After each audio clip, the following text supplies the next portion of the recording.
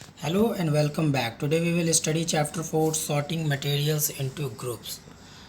तो पहला है ऑब्जेक्ट अराउंड अस। बेसिकली इस चैप्टर में हम लोग को पढ़ना है कि हमारे आसपास में कितने सारे ऑब्जेक्ट होते हैं, सबका प्रॉपर्टी अलग अलग होता है। सारे जितने भी सारे ऑब्जेक्ट होते हैं वो डिफरेंट डिफरेंट मटेरियल से बना रहता है। तो सबसे पहले हम लोग एक एक्टिविटी करेंगे कि अपने चारों ओर जितने भी सारे ऑब्जेक्ट हमें दिख रहे हैं वो सबको हम लोग एक जगह इकट्ठा कर लेंगे। तो चारों तरफ अगर हम लोग नज़र दौड़ा के ये देखें तो क्या क्या दिखेगा, तो कुर्सी है, बल्ब है, इलेक्ट्रिक फ़ैन है, कूलर है, फ्रिज,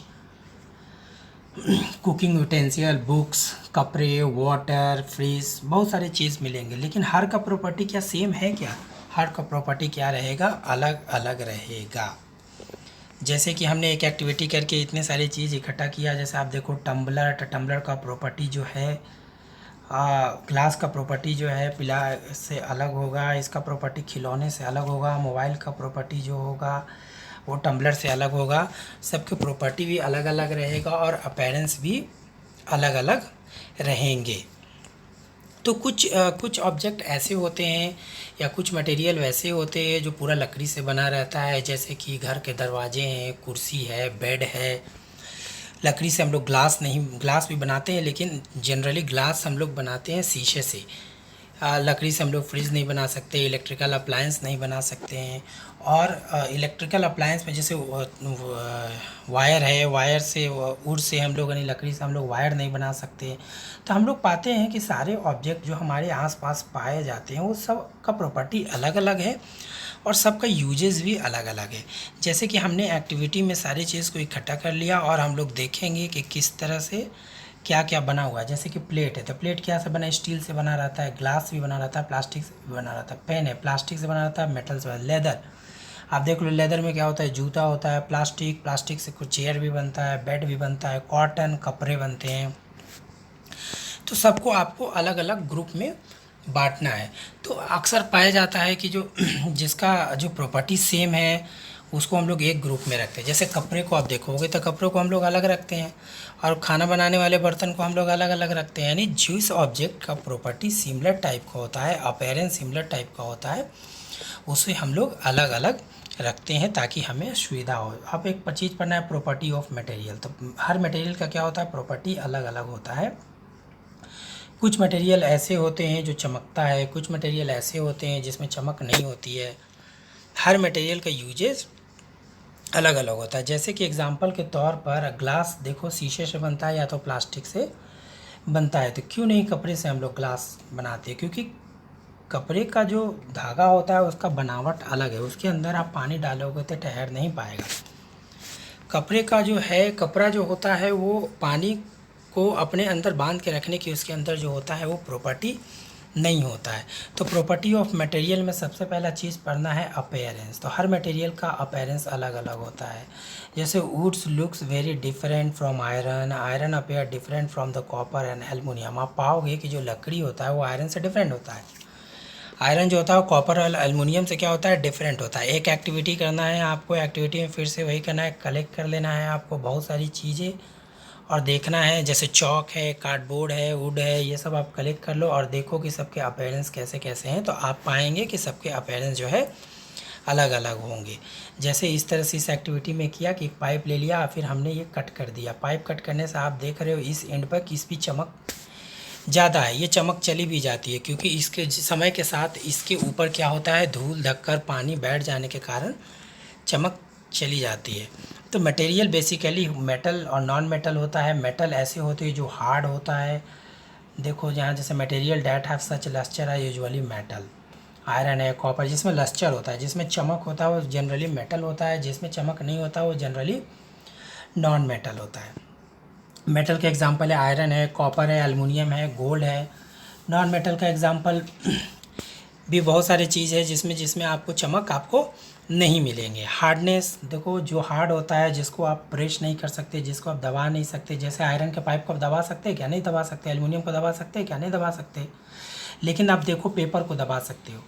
तो जनरली हार्डनेस जो होता है वो मेटल में होता है, नॉन मेटल में हार्डनेस नहीं होता है। जैसे पेपर में हार्डनेस नहीं होता है, कपड़े में हार्डनेस नहीं होता है। तो इसको हम किस तरह से कैटेगराइज करेंगे?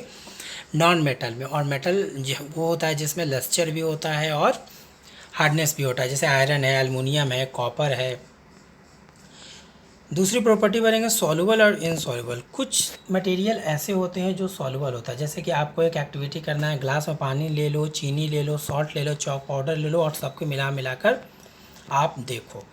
मिला के देखने के बाद आप ऑब्जर्व ये करेंगे कि पानी में अगर आप शुगर को मिलाएंगे और चम्मच से कुछ देर के बाद चलाएंगे तो आप देखेंगे कि शुगर उससे गायब हो जाएगा। इसका क्या मतलब हुआ कि शुगर उसमें घुल गया पूरी तरह से। तो जो सब्सटेंस घुल जाता है उसको बोलते हैं सॉल्यूट, जिसमें घुलता है उसको बोलते हैं सॉल्वेंट।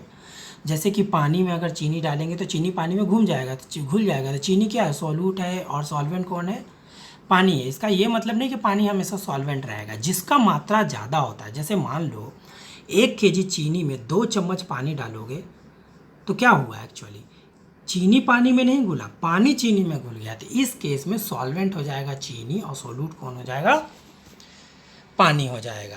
तो ये बात याद रखना है कि सॉल्वेंट और सॉल्यूट मात्रा के अमाउंट पर डिपेंड करता है। लेकिन चीनी तो इसमें डिज़ोल्व हो जाएगा, नमक भी डिज़ोल्व हो जाएगा, लेकिन आप इसमें पेट्रोल डालोगे तो डिज़ोल्व होगा नहीं, डिज़ोल्व होगा। तो वो मटेरियल जो पानी में डिज़ोल्व हो जाता है उसको बोलते हैं सोल्यूबल, जो नहीं डिज़ोल्व होता है उसको बोलते हैं इनसॉल्युबल। जैसे सॉल्ट है, देखो पानी में डिसअपेयर हो जाएगा, शुगर मिला के देखो डिसअपेयर हो जाएगा, सैंड मिलाओ घुलेगा नहीं घुलेगा, वो नीचे जाके बैठ जाएगा, चॉक पाउडर मिलाओ घुलेगा घुल जाएगा, कुछ नीचे डिपॉजिट भी हो जाएगा, सॉल्ट डस्ट घुलेगा नहीं घुलेगा, और डिपॉजिट हो जाएगा, कुछ पाउडर घुल जाएगा कुछ डिपॉजिट हो जाएगा, क्योंकि डस्ट जो होता है उसमें मिट्टी भी होता है, उसमें सैंड भी होता है। You will notice that the some substances have completely dissolved in a water. We say that the substances is soluble in water. Another substances we do not mix with water and do not disappear even after stirring for a time. जो नहीं dissolve होगा बोलेंगे insoluble. Insoluble के example है petrol है, sand है, kerosene तेल डालो नहीं डिजॉल्व होगा। जो डिजॉल्व हो जाएगा आपका सॉल्ट है, शुगर है, ये सब क्या होता है डिज़ोल्व। नींबू पानी डालो वो भी देखो डिज़ोल्व हो जाएगा।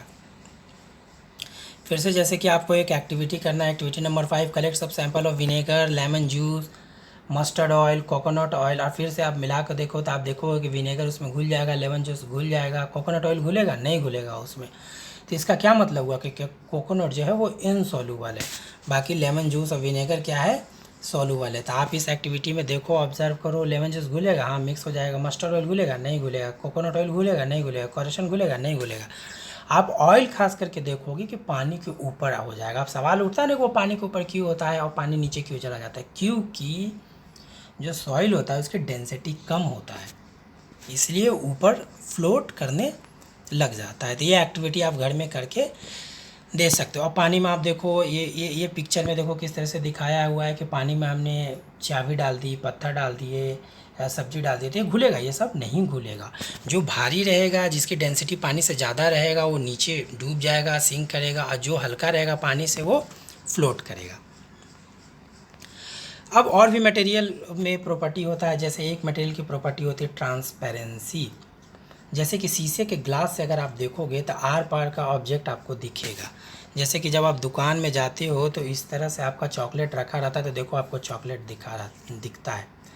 तो जो ऑब्जेक्ट अपने थ्रू लाइट को पास करने देता है, जिसे आर पार आप देख सकते हैं, उसको बोलते हैं हम लोग ट्रांसपेरेंट।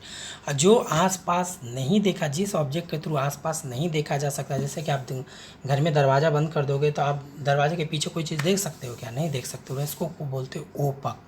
और एक तरह का और मटेरियल होता है जिसको बोलते हैं ट्रांसलूसेंट।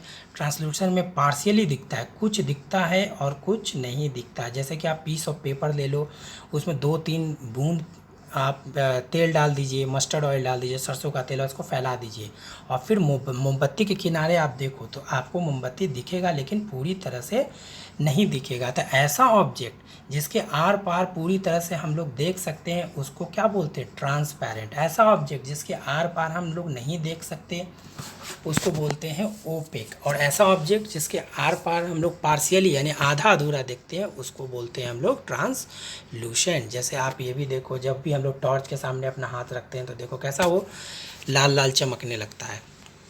ठीक है, तो इस चैप्टर में हमने यही पढ़ा कि जो मटेरियल होता है, जो ऑब्जेक्ट होता है, वो अलग अलग टाइप का होता है, सबकी प्रॉपर्टी अलग अलग होता है, सबका शेप अलग अलग होता है, अपीयरेंस अलग हो जाता है, लस्चर अलग अलग होता है, और सबके यूजेस भी अलग अलग होते हैं। सिमिलर प्रॉपर्टी वाले ऑब्जेक्ट को हम लोग साथ रखते हैं क्योंकि उसका हम लोग को उससे काम लेने में हमसे सुविधा होता है। जैसे कि देखो तार को हम लोग अलग रखते हैं, जो वायर होता है, कपड़े देखो हम लोग अलग अलग रखते हैं ताकि निकालने में हमें आसानी हो।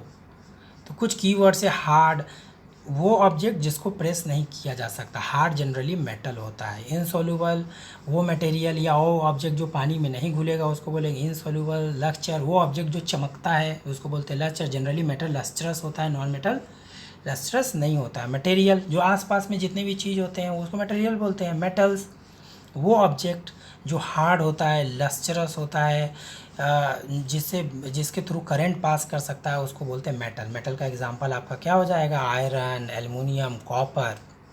ओपेक, जो अपने अपने थ्रू बॉडी को या अपने थ्रू लाइट को पास नहीं करने देगा।